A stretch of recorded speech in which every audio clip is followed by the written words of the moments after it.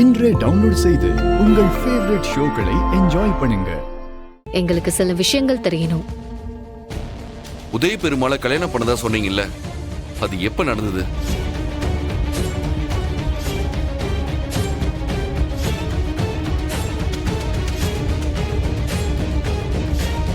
கரெக்டா ஒன்னும் தெரியல. தோராயமா ஒரு 30 வருஷம் இருக்கும். இப்போ உங்களுக்கு எத்தனை வயசு ஆகுது? 45 ஆகுது. ஓ, அப்போ 15 வயசுலயே உங்களுக்கு அவருக்கும் கல்யாணம் ஆயிடுச்சா? அது எனக்கு பிறந்த நாள்லாம் சரியா தெரியாது. என் வயசு தோராயமா ஒரு 45 இருக்குன்னு சொன்னேன். அதை விட அதிகமா இருக்க கூட வாய்ப்பு இருக்கு. உங்களுக்கு எங்க கல்யாணம் ஆச்சு? கோவில்லையா இல்ல ரெஜிஸ்டர் ஆபீஸ்லயா? அது கோயில்லயும் இல்ல, ரெஜிஸ்டர் ஆபீஸ்லயும் இல்ல, வீட்லயே தான் நாங்க கல்யாணம் பண்ணிக்கிட்டோம். அப்போ உங்க மேரேஜ ரெஜிஸ்டர் பண்ணலையா? யார் சொன்னது? அவர் மேல இருக்கிற நம்பிக்கையில வீட்லயே அவர் கையால நான் தாலி கட்டிக்கிட்டேன். அதுக்கப்புறம் போய் எங்க மேரேஜ நாங்க ரெஜிஸ்டர் பண்ணிட்டோம். உங்களுக்கு அப்பா அம்மா குழந்தைங்கன்னு யாராச்சும் இருக்காங்களா? சின்ன வயசுல இருந்து எனக்கு அப்பா அம்மா எல்லாம் கிடையாது. நாங்க கல்யாணம் பண்ணிக்கிட்டு 2 வருஷத்துக்கு அப்புறமா குழந்தை பெத்துக்கலான்னு நாங்க முடிவு பண்ணிருந்தோம்.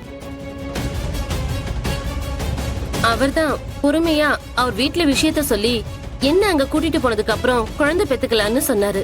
ஆனா அவரு 2ஆம் தரமா கல்யாணம் பண்ணிக்கிட்டு என்னை ஏமாத்துவாருன்னு நான் கொஞ்சம் கூட எதிர்பார்க்கவே இல்லை. ஏன் அவர்கிட்ட என்ன இப்படி ஏமாத்துனீங்கன்னு கேட்க வேண்டியதானே? நான் தான் டிவிலயே சொல்லியிருந்தேனே.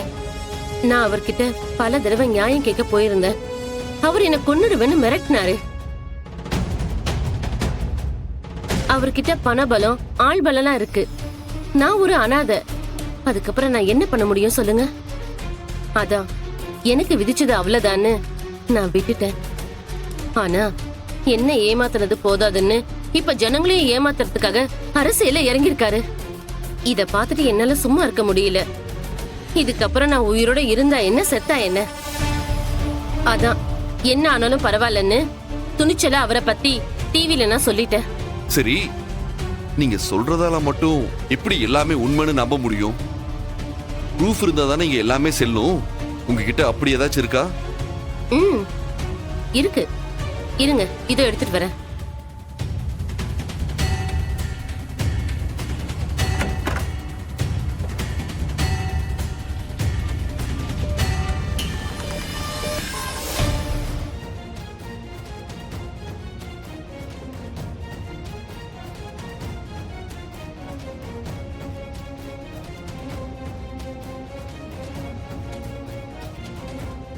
இந்தாங்க, இதுதான் எங்க மேரேஜ் சர்டிபிகேட்.